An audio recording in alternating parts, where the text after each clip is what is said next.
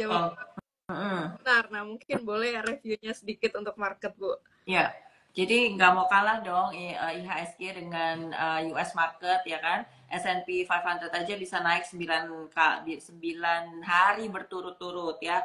Bahkan Nasdaq itu juga sudah sampai ke level sebelum COVID, sebelum COVID, sebelum itu Liberation Day, 2 April maksudnya. Liberation Day, ya. Balik lagi ke kenapa balik lagi ke zaman COVID, kelamaan, oke. Okay? Ya, walaupun apa namanya guncangan tarif Trump ini seolah mungkin sama kayak apa sama gegernya seperti waktu COVID gitu ya. Tapi ternyata rebound dengan cepat karena ya apa ada pembicaraan-pembicaraan untuk sedikit memuluskan nih ya friksi-friksi yang terjadi akibat tarif tersebut. Terus kemudian juga karena personalitinya si Donald Trump itu sendiri juga emang nggak stabil gitu ya. Jadi apa di kadang di satu sisi di satu malam satu hari dia ngomong A, and then besoknya bisa berubah lagi dan apa belakangan beberapa hari ini dengar-dengar nih sudah mulai ada dia sudah mau buka jalur komunikasi dengan China ya. Tapi gengsinya masih tinggi gitu dan pihak China-nya pun demikian. Jadi mereka apa yang satu bilang China sudah telepon kok sama saya gitu mau membicarakan tarif ini, China bilang belum, nggak ada kayak gitu gitu ya. Nah, tapi but maybe at least arah ke situ bisa bisa apa dicari jalan tengahnya begitu. Nah, terus kemudian juga ya akhirnya dari efek jeda waktu 90 hari ini terkait tarif ini lumayan lah untuk market bisa sedikit rebound gitu ya. Nah, itu dari US marketnya. Nah, dari dalam negeri ternyata juga banyak lumayan banyak deh sentimen positif dari dalam negeri gitu ya. Uh, yang paling nyata apa nih Bu Friska yang kita lihat belakangan hari ini? Ini Selainnya kinerja ini ekonomi kita sampai ini kali ya semester satu apa kuartal ini. ya, oke, itu GDP. Walaupun hasilnya tidak secantik yang diharapkan 5%, tapi somehow market tuh menyikapinya kayaknya udah price in gitu ya. Soalnya GDP kita keluar walaupun di bawah 5%, tapi ini keluar setelah GDP US. GDP US kan terkontraksi. Kontraksinya karena apa? Karena banyak orang yang buru-buru impor ke sana, orang US banyak yang buru-buru impor sebelum tarif berlaku. Nah, di kita ekspor kita tuh melejit, Bu. Jadi kayak itu make sense gitu. Di sana orang US banyak masukin impor dan kita orang Indo banyak yang ekspor ke sana buru-buru sebelum tarifnya berlaku gitu. Nah, tapi mungkin yang menjadi concerns adalah di tempat kita daya beli nih, daya beli kita mulai turun. Kelihatan banget soalnya Oh, waktu first quarter lebaran itu kan kemarin. first quarter kan ada Lebaran, ada Ramadan. Kenapa itu nggak juga mendongkrak apa namanya daya beli masyarakat begitu? Nah, saya rasa sih karena ada PHK massal ya beberapa bulan sebelumnya. Jadi pas Lebaran itu orang yang tadinya spendingnya besar ini agak menahan diri Bu ya, nggak belanjain THR-nya, even pesangonnya juga diirit-irit gitu, malah ditabung. Iya. Buktinya itu DPK alias tabungan masyarakat itu justru meningkat di bulan Maret. Padahal biasanya kalau bulan Ramadan orang spending, lah ini kok malah tabungan yang banyak gitu. Artinya mereka menahan diri, mengamankan uangnya gitu kan. Takutnya kenapa? Ini karena mungkin lagi banyak PHK, dunia usaha lagi sulit, mereka tuh tahan-tahan spendingnya gitu. Mana tahu besok nggak ya amit-amit gitu ya. Mana tahu besok atau company tempat dia bekerja gulung tikar gitu tiba-tiba. Nah, terus kemudian yang dapat THR atau pesangon juga nggak belanja banyak-banyak supaya mereka ngekip duitnya supaya bisa bertahan di bulan-bulan berikutnya gitu. Ya mana tahu cari kerja sekarang lagi Betul, susah gitu kan di iklim betul, ekonomi betul. seperti sekarang gitu. Nah, oke, that explains. Malah katanya juga traffic mudik tahun ini juga turun gitu. Nah, itu juga sudah satu sisi membuktikan untuk pulang kampung aja orang sampai menahan diri seperti itu. Apalagi belanja yang tidak penting gitu, yang di luar kebutuhan utama. So, ya itu dia makanya.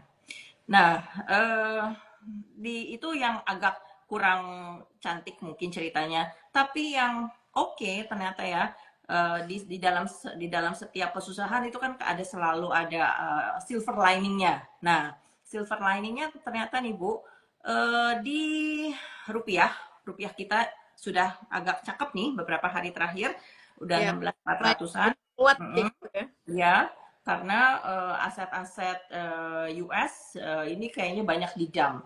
Pertama-tama oleh China kemarin waktu itu ngebuangin treasury-nya gitu.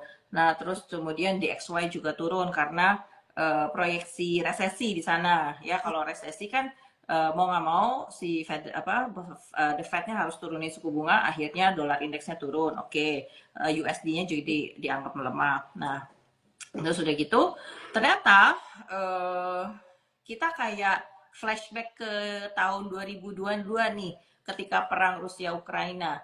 Em, ada satu komoditi tambang yang harganya melejit fantastis dan ini finally dinikmati oleh emiten yang bersangkutan gitu ya, yaitu komoditi apa? Gold, ya kan? Nah, kita punya emiten yang tadinya sudah cukup lama tidur ya, Antam, ternyata sekarang akhirnya bangun juga. Sebulan terakhir cuannya tebel nih kayaknya Bu ya. Sebulan terakhir yang pegang Antam cuannya tebel nih Iya, gitu. iya. Ya, tuh ada yang nanya Antam secara teknikal gimana ya? Udah saatnya beli ya udah saatnya beli. Udah saatnya jual atau masih hold terus nih gitu. Oke, mungkin nanti jangan lupa kita bahas ya Bu ya. Nah, jadi Antam revenue-nya dan profitnya untuk first quarter aja tahun ini udah ngalahin tahun kemarin gitu. So ya itu adalah salah satu dari blessing in disguise di Ya. situasi yang lagi agak volatilitas tinggi seperti ini. Ternyata masih banyak juga kita yang bisa dapat cuan asal kita jeli gitu ya. Iya. Kita ambilnya di mana nih, comotnya di sektor apa nih gitu. Oke, oke. Jadi memang belakangan ini alhamdulillah ya mulai muncul sentimen-sentimen positif yang bisa dongkrak IHSG kita ya. Hmm, Ya semoga bisa tembus 7.000 ini 8.000 nanti sampai akhir tahun lah. 7.000 dulu lah minimal. iya Bu, udah deket ya. Tadi closingnya tertinggi 6.900. Iya. Tinggal 100 lagi nih ke level 7.000, kira-kira bisa nggak ya? Besok bisa nggak ya? Asal daunnya jangan kasih kejutan ntar Iya, malam ya Bu ya. benar-benar. Udah dekat selangkah lagi dijegal. Betul. Jadinya kepleset Benar. deh, kesandung. Semoga Hmm, ini hmm, teruslah sampai 90 hari ke depan ini market masih oke lah. Semoga ya hmm, banyak. hmm. Ya. Oke, Bu Lisa, kita mulai masuk ke topik kita malam hari ini ya terkait trading ataupun analisis di saham ini yang kita tahu kan memang ada dua jenis ya, analisa Ya. teknikal dan fundamental. Mungkin Hmm, walaupun kita trading tapi kan sebaiknya juga mengkombinasikan dengan fundamental. hmm. Di fundamental ini kira-kira apa saja yang perlu diperhatikan teman-teman investor maupun teman-teman yang lagi trading gitu? Oke. Fundamental, jadi kita ambil aja situasi sekarang nih yang lagi banyak result first quarter bertaburan ya kan. Nah, kita kalau lihat fundamental itu sebagai praktisi itu jangan yang terlalu rumit-rumit. Langsung aja kita lihat revenue sama net profit. Nah, revenue sama net profit itu dulu pertama. Revenue ada peningkatan nggak? Ada gitu. Wajar kalau net profit ada peningkatan gitu. Nah, tapi kalau misalkan revenue-nya turun, tapi net profitnya masih bisa naik, aneh nggak? Kadang tidak aneh. Kenapa? Karena berarti perusahaan walaupun omsetnya turun, tapi dia masih bisa untung, artinya efisiensinya bagus. Nah, lagi yang agak-agak anomali. Revenue turun, ya, gross profit, kemudian gross profitnya minus, tapi net profitnya kok bisa plus. Nah, omsetnya udah turun, ya, gross profit minus, udah rugi. Dari gross profit aja udah minus, itu kan berarti udah paling atas banget. Revenue dikurang COGS, jadi gross profit. Gross Iya. profit minus. Nah, tapi turun ke bawah kok net profitnya bisa plus, bisa ada profit gitu. Berarti ada Iya. something nih di tengah-tengah, yaitu pos luar biasa, pendapatan lain-lain yang tidak berhubungan, yang mungkin tidak berhubungan langsung dengan operasional utamanya, misalnya dari penjualan aset, dari laba kurs, bahkan dari eh, apa namanya, keuntungan pajak. Pernah tuh saya saham Bumi, waktu itu saya utak-utik laporan keuangannya, ternyata ada keuntungan dari pajak gitu. Nah, ini yang eventually memberikan pendapatan lain-lain sehingga bisa net profit. Nah, kalau gitu kondisinya, Bu, nah yang seperti ini net profit ini kurang bagus gitu, karena tidak sustainable, tidak bisa terjadi di kuartal-kuartal berikutnya gitu, Kak. Ya, apakah company akan jualan anak usaha terus gitu? Apakah dia akan laba kurs terus di kuartal berikutnya? Kan belum tentu begitu. Nah, kalau misalkan revenue naik, net profit naik, itu udah klop, itu udah satu selesai tugas kita. Nah, terus kemudian kita lihat ke EPS. EPS itu apa? Earning per share, laba per saham ya. Nah, menurut saya secara fundamental EPS itu lebih penting daripada net profit. Kenapa? Karena secara investor, laba real yang didapatkan adalah tergantung pada berapa lembar jumlah saham yang kita Iya. punya, ya kan? Earning per share. Mm-mm. Nah, jadi kalau misalnya Telkom untungnya 1T, itu kan nggak buat kita Iya. semua, dibagi ke berapa juta Betul. pemegang saham Telkom, Iya. saham beredar, ya kan? Nah, saham beredar itu jadi kita dapatnya berapa per Mm-mm. share-nya. Kadang-kala perusahaan ada bikin corporate action rights issue. Rights issue itu artinya dia butuh pendanaan, tapi dia tidak ngambil hutang di bank karena dia tidak mau memperbesar rasio hutangnya. Jadi dia jual saham kembali ke publik begitu. Artinya lebih banyak investor yang harus diberi makan, artinya jadi kalau bagi dividen dia harus bagi ke lebih banyak investor. Nah, dengan demikian EPS-nya alias dividen yang saya terima juga bisa Iya. berkurang karena lebih banyak mulut yang harus dikasih makan oleh Iya. Telkom gitu kan Betul. istilahnya. Nah, ketika perusahaan melakukan corporate action seperti itu, jumlah pemegang saham yang bertambah banyak, EPS-nya jadi turun. Nah, itu menjadi kurang atraktif buat company tersebut ya. Nah, so this is ini contoh Mm. kombinasi dari revenue, kemudian net income, kemudian Iya. EPS dan corporate action juga gitu. Oke. Ini Ya.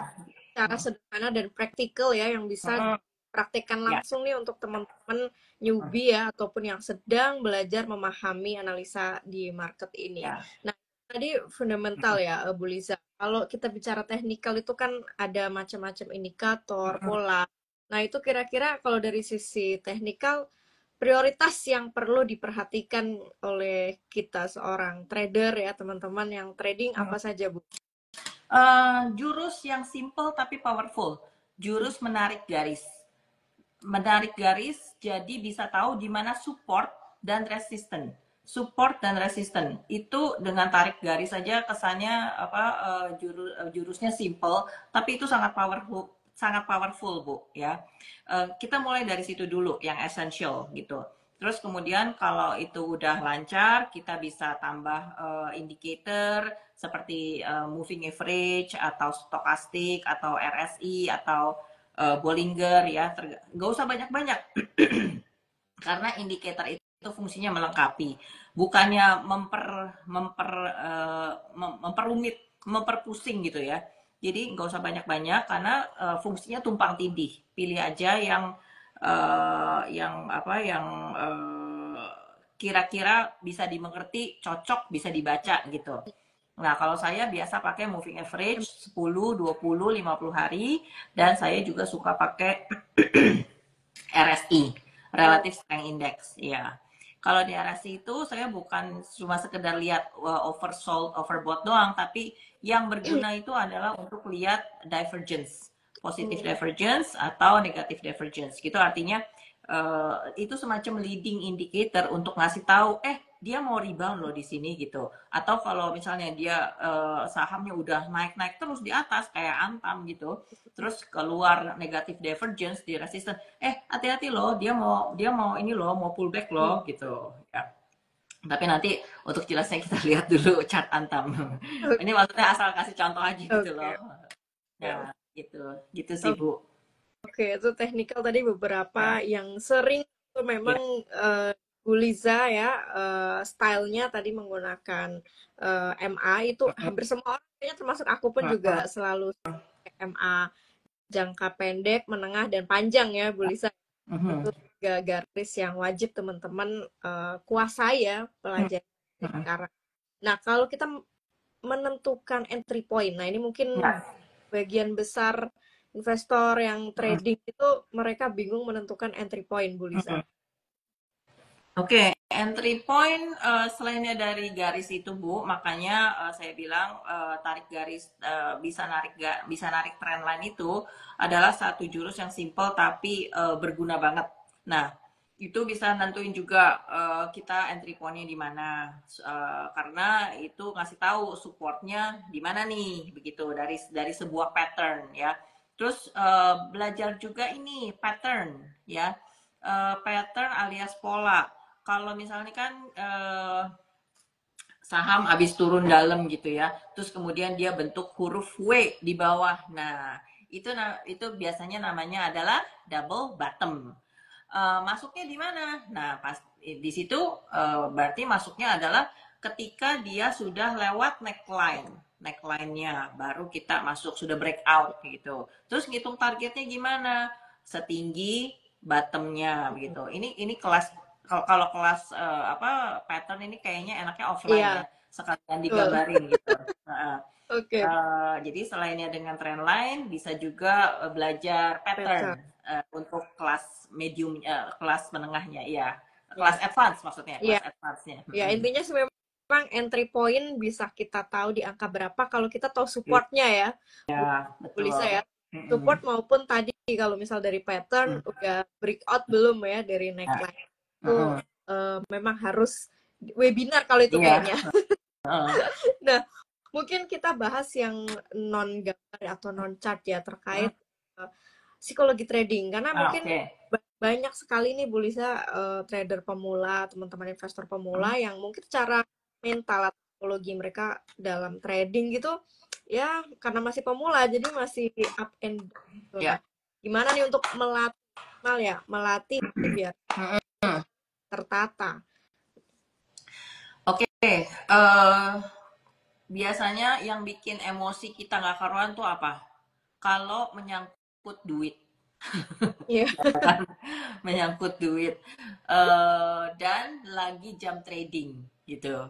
Mungkin ketika lagi jam trading itu mungkin kita ngeliatin running trade. Nah, itu kan seru tuh ya, apa sahamnya kejar-kejaran atau tiba-tiba lihat, wah dia ini pas lagi diangkat bidnya, overnya dimakan gitu, terus bidnya diguyur. Nah, something like that itu mempengaruhi stabilitas emosi kita gitu.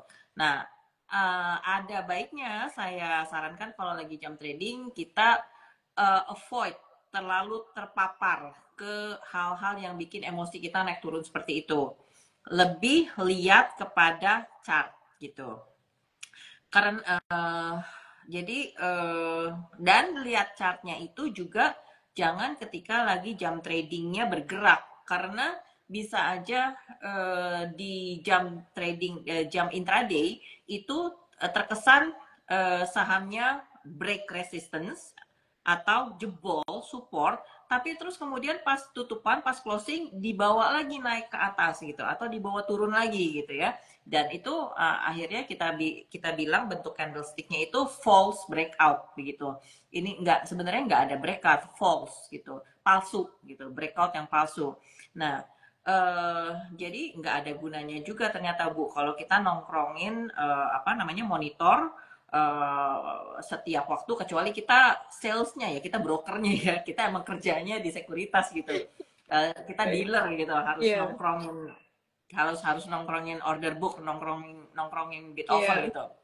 Nah, jadi ya intinya itu saya prefer lihat chart itu di jam istirahat ke satu dan setelah market tutup untuk saya review. Oh, ini sekarang jadinya begini. Besok saya harus ngapain nih gitu. Nah, terus besok pagi saya lihat juga sih apa yang terjadi dengan US market gitu. Iya. Kalau misalkan kita lihat hari ini apa nih ya, Dow-nya kemarin ternyata polanya udah confirm double bottom. Harusnya ini cakep nih kelanjutannya gitu ya, apa uptrendnya terjamin. Tapi kalau ntar malam ternyata si Trump nulis tweet apa, nah bisa buyar kan semua analisa Iya, kita kan gitu. benar. Ya, jadi pagi-pagi kita lihat dulu kondisi market, kalau semuanya apa semesta mendukung, baik-baik aja, oke. Carry on with the trading plan. Jadi trading plan itu penting untuk Iya. ditulis dan dilaksanakan dengan disiplin. Jangan kita sabotase sabotase planning kita sendiri gitu. Udah mau beli di sini. Karena satu dan lain hal atau dengerin orang atau nggak disiplin, kita nggak jadi Iya. gitu ya. Akhirnya dia naik, kita cuma bisa bilang, nah tuh bener kan naik, Iya. analisis bener, tapi beli nggak? Nggak Enggak. gitu ya. Nah terus giliran giliran turun, ya kita kan analisa bisa salah ya, jadi kita harus sedia juga stop loss pointnya gitu. Pas turun kita selalu menenangkan diri sendiri, Iya. ntar juga naik atau tahan dulu deh gitu, ruginya baru 2%, nggak apa-apa, aku masih bisa tahan. Tapi Bener. sebetulnya itu udah kena trading udah jebol support kamu gitu, harusnya kamu melaksanakan trading plan, tapi tidak gitu kan. Nah akhirnya ya itulah, perasaan jadi semakin tergulung ke bawah, semakin nggak pede gitu ya. Dan ketika udah lossnya terlalu banyak, kita cut loss, malah dia Bang. naik, malah Iya. dia rebound gitu ya. Nah mau masuk lagi enggak dong, apa jadinya kita tambah kacau Iya. gitu ya, emosi gitu. Nah oke, trading plan berarti perlu, penting. Dan kalau masih nggak pede juga, lakukan money management secara bertahap. Nah Nah, jangan langsung terjun full power gitu, uang betul, kita betul. sekarung-karungnya itu semua dibeliin gitu. Terus we're left with no ammunition gitu, ya kita sitting duck gitu istilahnya, cacing-cacing naga daga. Mending kalau jadi naga, kalau jadi cacing Iya, gimana bener. ya kan. Jadi money management bertahap. Ada pertama-tama kalau kita beli di support, walaupun itu sahamnya belum ada tanda-tanda rebound, itu namanya speculative buy. Dan saya selalu rekomendasikan untuk masuk maksimal 30% aja. Kurang pede maksimal 25% aja dari total alokasi untuk saham tersebut. Let's say kita mau beli Telkom 10 juta. Jadi kalau ketika posisinya masih speculative buy, cuma boleh 30%, which is 3 juta. Ya, nah, begitu dia lewatin resisten pertama atau ya let's say lewatin MA10, nah itu resisten pertamanya, tambah lagi baru average up, misalkan tambah 40% lagi, nah so now kita udah ada 70% alias 7 juta ya kan. Nah oke, nah 3 jutanya ya kita bertahap begitu belinya ya, kayak gitu sih Bu. Oke, jadi intinya trading plan money management ya, Bu Lisa ya. Kalau boleh saya rangkum itu teman-teman, memang trading plan tuh penting dan perlu banget bagi teman-teman yang saat ini sedang belajar trading ya. Jadi harus benar-benar ketat money management juga, Ya, jangan langsung mungkin terburu-buru all in ya ya. betul. Nah, jadi mungkin false break kalau misalnya kita lagi ini ternyata nggak breakout, malah Ya, banting turun. Nah, iya, itu untuk betul. antisipasi yang namanya false break dan macamnya. Jadi sebaiknya bertahap secara money management yang tadi Bu Lisa sampaikan. Mhm. Oke, semoga terjawab ya. Nah, Bu Lisa, mungkin kita mulai nyicil pertanyaan teman-teman yang tadi Ya, udah kali nanya satu saham yang tadi ya, Antam, Bu. oke, Antam. Antam ini oke. Kalau saya lihat tren apa chart weekly-nya 2540 nih udah ada di resisten tarikan jangka panjang dari dari peak tahun berapa nih ya? Peak peak awal 2021 ya, sama peaknya di bulan Maret 2022. Nah, sampailah kita ke sekitar angka 2550 ini. Jadi kalau yang buat punya Antam, congratulations pertama-tama. Ini udah naik 5 minggu berturut-turut. Kayaknya udah tebel ya cuannya. Coba kita lihat kalau di RTI sebulan untungnya berapa sih? 70% ya kalau nggak salah ya. Waktu itu saya baca ANTM. Oke, oke, oke, analytics. Iya, sebulan 54%.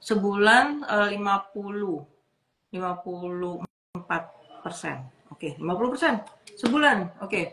So, strateginya saat ini buat Antam adalah set your trailing stop. Jangan lupa pasang trailing stop ya. Nah, trailing stopnya di mana? Kalau saya lihat pola harian, chart harian, eh sekarang harga 2540. Oke. Target support terdekat ada di angka 2400. 2400 2 sampai 2340 ya. Terus kemudian MA10 saat ini masih rada jauh di bawah di angka triple two 2220 ya. Oke, sebenarnya kalau Bapak Ibu masih mau pegang Antam, let your profit run, karena harus saya akui kinerja first quarter-nya ini fantastis sekali. Like I said tadi, dia punya apa namanya profit sama revenue sama profit tahun ini, kuartal ini uh, udah ngalahin performance the whole 2024 gitu. Jadi fantastis sekali memang um, apa yang didapat oleh Antam tahun ini begitu. Nah, mungkin kalau masih mau let your profit run, belum urgent untuk jual Antam jika dia masih bergerak di atas MA10. Pakai aja itu MA10, gampang banget. Kalau kita punya aplikasi online trading, Hero, atau pakai aplikasi lain yang gratisan ya, pasang aja indicator MA10 selama saham Antam masih bergerak di candlenya masih bergerak di atas MA10, let your profit run, nggak apa-apa. Oke, itu dia teman-teman ya jawaban Antam ya. Jadi selamat happy cuan untuk yang punya Antam dan saat ini ya sedang hold ataupun sudah TP. Nah, mungkin salah satu sektor yang menarik ya teknikal dari sektor perbankan sendiri seperti apa Bu Liza? Karena kalau kita lihat King and Queen dan atas-atasnya itu rata-rata kalau lihat year to date grafiknya itu masih turun sebenarnya. Sama apa Bu? Sorry, Raja Ratu. Enggak, sektor bank. Banking. Oh, banking. Oke. Okay. Banking. Nah, aku mau kasih tips juga. FOMC meeting 2 hari lagi nih, tanggal 8 ya. Jadi the Fed akan memberikan keputusan suku bunga. Kayaknya sih konsensusnya stay di 4,5%. Tapi ya siapa tahu ya, apa the Fed-nya bikin ini surprise gitu. Nah, Bank Mandiri ini kalau lewat 5.000, saya lagi nunggu ini. At least target terdekatnya 5.400 ya. Nah, terus kalau misalnya 5.400 lewat, saya lagi nungguin juga dia ke arah 6.000 atau 6.200. Ya maksudnya saya lagi cari sentimennya nih apa nih ya yang bakal bisa menggerakkan bank. Mudah-mudahan 2 hari lagi tuh ketika keputusan The Iya. Fed ya. Nah terus BRI, Hmm. BRI-nya coba kita lihat. BRI kalau sudah bisa naik ke atas 3.900, 4.000 gampang. Terus target dekatnya di 4.130 dulu. Kemudian yang rada lumayan di sekitar 4.300-an. Oke. Sebenarnya sih masih agak ya sampai situ dulu deh, Ya. 4.400 lah, sampai situ aja dulu jangka pendek ya. Terus kemudian BBCA, BC. BBCA, ini mudah-mudahan ya bentukannya adalah dia mau bikin semacam inverted, udah confirm double bottom ya dengan udah confirm double bottom dengan target ke sekitar 9.600 at least 9.600 Wah. ya. Ya. Jadi oke, kalau apa uh, level average up-nya ada di angka 9.200 ya. Support kalau support MA10 adanya di 8.800, boleh hold selama masih ada di atas MA10. Oh. Satu lagi BBNI. BBNI. BBNI juga ini sebenarnya dia masih dalam tren turun jangka menengah iya dari sejak November tahun lalu. BBNI paling gerakannya situ-situ aja kecuali dia bisa tembus 4.400, nanti baru ngejosnya bisa ke 5.000 sampai 5.100. BBNI-nya harap dilihat juga supportnya teman-teman. Kalau misalkan dia closingnya jebol ke bawah 4.100, apalagi 4.000, nah mendingan lepas saja dulu, kurangi posisi buat BBNI ya. Oke, siap-siap. Oke, thank you Bu Lisa. Nah, ini Ya. tadi juga banyak yang berseliweran naikin saham, salah satu saham Ya, tekno nih yang kerugiannya sudah semakin berkurang alias betul. GoTo. Ya, betul. Oke. Goto sideways. Sideways-nya itu di mana? Selalu mentok di resistance 8789, ya kan? Nah, ini kalau 8789 lewat, Gotonya baru bisa ke 100, 104. Tapi ya, coba teman-teman perhatiin. Pasti selalu pas kena 87, 89, 90 deh angka bulat. Itu pasti mentok di situ. Jadi jangan tambah dulu kecuali udah bisa lewat situ. Nah, terus support yang perlu diperhatikan adalah level pertama 82, level kedua 80. Jebol ke bawah 80, mendingan teman-teman lepas dulu, begitu. Oke, itu teman-teman ya untuk Goto sekarang. Nah, ini saham sejuta umat juga, Bu. Telkom, tolong insight-nya, Bu. Iya. Telkom ini blue chips yang apa? Yang growth-nya tuh udah kurang menarik gitu ya. Dan mungkin dia harus menghadapi persaingan juga dengan nanti nih internet cepat yang katanya lagi digodok oleh pemerintah, internet cepat unlimited murah lagi. Nah gimana tuh yang apa namanya yang telco operator ini? Oke. Telkom kalau saya lihat chart daily. Nah, chart daily, oke. Resisten, oke. Memang di sekitar 2.800 sampai 2.880. Resisten 2.800 sampai 2.880. Lepas dari situ baru targetnya ke sekitar 3.000 sampai 3.200. Kalau dilihat dari tren jangka pendek, udah mulai oke sih berjalannya di atas MA10. Jadi MA10 sekarang ada di 2630, selama masih ada di situ, di atas itu masih oke untuk hold for now ya. Sip, sip. Thank you, Bu. Ini kompetitornya, Bu. Tadi banyak yang nanya juga. Isat yang Nah, habis oke. kompetitor telekomunikasi. Isat. Oke, Indosat ya, Indosat sama Telkom sudah mulai kelihatan cukup ada kehidupan, tren jangka pendek lumayan oke di atas MA10. Support saat ini terdekat di sekitar 18.50 sampai 17.50. Closing di bawah 1.800 ya, kurangi posisi ya. Nah, terus average up-nya di mana?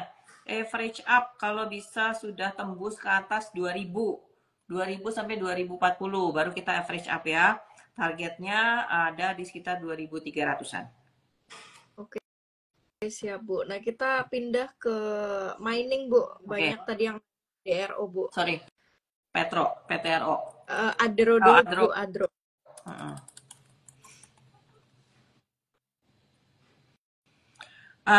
Nah, Adronya lagi siap-siap nih Bu, menunggu aba-aba ya. Kalau sudah karena dia masih sideways, maksudnya lagi flag, lagi bikin pola flagging kayak bendera gitu. Lagi menunggu suatu trigger, entah apa itu, apakah harga coal-nya membaik atau RUU Minerbanya ini ada revisi lagi. Yang pasti resisten terdekat itu MA50 di angka 1920 ya. 1920 lewat, maka dia bisa deh ngejos ke sekitar, coba aku cek targetnya. Oke, target awal 2060 gitu. Ya. Average up-nya di atas 1920 aja. Oke, siap-siap. Nah, Bu, ini ada bertanya juga tipsnya Bu menentukan cut loss atau CL. Oke, cut loss. Pertama-tama cut loss itu dimulai dari posisi kita ambil sahamnya, Bu. Posisi entry-nya. Teman-teman ambil saham, buka posisi buy pertama, jangan di pucuk pohon. jangan di atas pohon. Nah, taunya dari mana itu bukan di atas pohon? Of course, kita harus tarik-tarik garis dulu. Kita harus cari tahu dulu ini posisinya saat ini ya di support atau di resisten gitu, ya kan? Kayak misalnya kita buta sama sekali, kita nggak tahu, cuma kita dengar aja saham yang paling seksi sekarang adalah Antam. Wah, saya harus beli, tapi saya nggak tahu Antam itu posisinya di mana gitu. And then gimana saya determine untuk nerapin batas cut loss-nya gitu. Kalau let's say saya nggak tahu menau Antam itu posisinya ada di mana. Yang saya tahu sekarang dia seksi dan harganya sekarang 25.40 begitu. Ya kalau kita mau beli saat ini boleh nggak? Ya boleh aja sih sebenarnya, itu duit kamu gitu. Cuman, nah risk managementnya gimana? Oke. Jadi pertama posisi entry itu penting ya. Kalau bisa deket support. Kalau kita udah beli dekat support, terus itu saham jadi kita bikin level cut loss-nya itu dekat dengan posisi entry kita, maka kita cut loss-nya itu nggak begitu sakit, ya kan Bu? Karena udah kita belinya udah murah loh gitu loh. Aku belinya udah di landasan banget ini gitu. Ini ada garis, ini persis loh ada garisnya jangka panjang, nariknya dari A ke B, terus nyampe di sini gitu. Dan kebetulan dia udah rada mantul sedikit. Nah, kayaknya bener nih. Ya, so I mean kita masuknya tuh udah dikeker-keker gitu loh. Nggak masuknya nggak sembarangan ya. Nah, jadi kalau misalnya dia masih jeblos juga, ya udah jangan dipaksa, jangan denial gitu. Ya, itu berarti memang belum saatnya saham ini naik gitu dan kita harus cut loss gitu.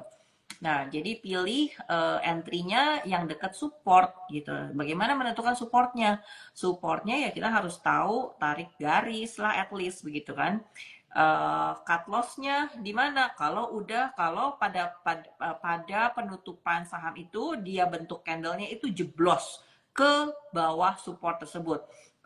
jeblos ke bawah garis support Ya, tersebut. breakdown Posisi ya. posisi closing lo ya. Jangan ketika intraday kan suka di kocok-kocok begitu kan, naik turun ternyata pas closing di bawah naik ke atas.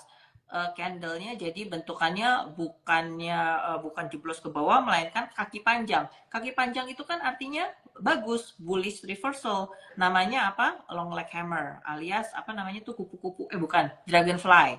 Nah, itu kan artinya apa? Bagus justru bullish reversal. Tapi kalau misalkan kita belinya udah ketinggian, maka bisa menentukan cut loss titik low hari kemarin. Nah, jadi yang kayak yang sekarang udah punya Antam nih, let your profit run. Trailing stop bukan cut loss namanya. Trailing stopnya di mana saya gitu. Artinya saya udah cuan gede nih, saya masih mau pegang terus. Tapi nanti kalau dia turun, saya jualnya di mana gitu. Jangan sampai yang tadinya saya udah untung 100% gara-gara diikutin terus turunnya, jadi untungnya cuma 20%. Ya sayang banget 80%-nya hilang gitu kan. Nah, terapkan trailing stop. Trailing stop itu bisa pakai begini contohnya. Jika saham dan ini contohnya Antam ya. Jika Antam turun misalkan 5% dari titik tertinggi hari ini, maka saya sell gitu. Atau jika Antam ditutup di bawah low hari kemarin, maka baru saya sell. Sell-nya juga mungkin nggak 100%. Saya sell 50%. Nah, 50%-nya lagi saya pantau. Besok kalau dia tambah jeblos lagi ke bawah low hari kemarin, hari previousnya gitu, saya jual lagi. Begitu, Bu. Oke, itu dia teman-teman ya tadi yang nanya menentukan cut loss ya. Memang ini sangat dekat dengan technical grafik ya. Jadi memang banyak belajar support resisten pattern ya, chart pattern atau pola grafik itu akan membiasakan ya, minimal membiasakan kita trial and error lah ya untuk Ya. belajar cut loss ya. Nah, ini mungkin satu pertanyaan penutup IG Live malam hari ini, Bu Lisa, terkait strategi trading di saat market yang saat ini sedang ya volatile sebenarnya ya. Masih pause nih 90 hari ke depan. Oke. Volatile ini mumpung lagi apa ya, lagi sentimen positifnya lagi ada gitu. Dan jadi saya rasa kita bisa pilih-pilih nih sektor mana yang lagi diuntungkan ya. Kayak tadi kayaknya kita mau ngelirik saham banking karena 2 hari lagi ada keputusan The Fed gitu. Nah, kita cari sentimen yang kira-kira mendukung, news driven ya. Terus sekarang juga lagi musim laporan keuangan. Kita pilih perusahaan yang kayaknya masih bisa bertumbuh di situasi seperti ini gitu. Setelah banking, kita juga pahami sektor rotasi. For example, setelah banking biasanya properti ya Bu yang naik ya kan. Nah, properti juga tadi saya udah ngintip-ngintip nih saham properti kayak SMRA, CTRA, PANI gitu. Mereka juga kayaknya lagi nunggu gitu. Yang udah mulai reboundnya bagus adalah SMRA ya. SMRA ini kayaknya punya potensi tadi closing di sekitar 436 bisa ke 500 atau 530 gitu. Terus kalau CTRA CTRA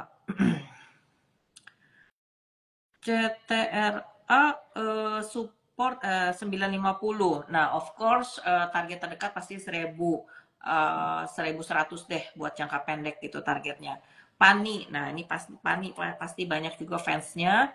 Pani saat ini kalau chart daily dia juga lagi sideways menunggu untuk mental lagi nih. Karena dijaga rapi banget di atas MA10. Support MA10 sekarang ada di harga 11.400 sampai 11.200 itu support pentingnya. Kalau dia jebol ke bawah situ closing position udah bubar dulu. Tapi kalau ternyata masih bisa ditahan di sekitar situ masih oke, fine. Target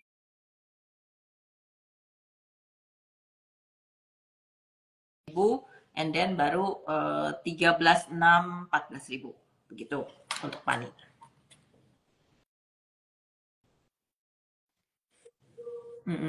Oh ya, tadi ke pause soalnya Instagramnya. Oh, Oke, sorry. Bu Lisa. Ya, oke Bu Lisa, mungkin itu tadi ya pertanyaan penutup teman-teman. Jadi buat yang join terlambat tenang aja. Ini udah pasti nanti Mince save. Jadi silahkan bisa ditonton ulang berkali-kali pun juga silahkan ya. Dan Mince dan Bu Lisa juga akan sering-sering IG live maupun webinar. Jadi tenang aja ya. Terus teman-teman yang butuh rekomendasi itu tiap pagi dari Hero itu pasti kasih technical recommendation ya. Jadi buat newbie-newbie nih yang masih butuh insight-insight rekomendasi saham khususnya untuk technical itu pantengin aja ya tiap pagi pasti ada kok ya. Jadi untuk Bu Lisa terima kasih banyak sudah meluangkan waktu dan ilmunya di malam hari ini ya. Jadi makin malam nih istirahatnya after work. Gak apa-apa. Buat Untuk Sobat Heroes dan Sobat Ngerti Saham. siap. Terima kasih banyak Bu dan untuk teman-teman semua terima kasih semuanya yang sudah join sampai Ya. akhir. Mince izin tutup IG Live malam hari ini. Terima kasih semuanya. Wassalamualaikum warahmatullahi wabarakatuh. Selamat malam semua. Selamat malam. Thank you. Makasih Bu Bisa. Priska. Thank you.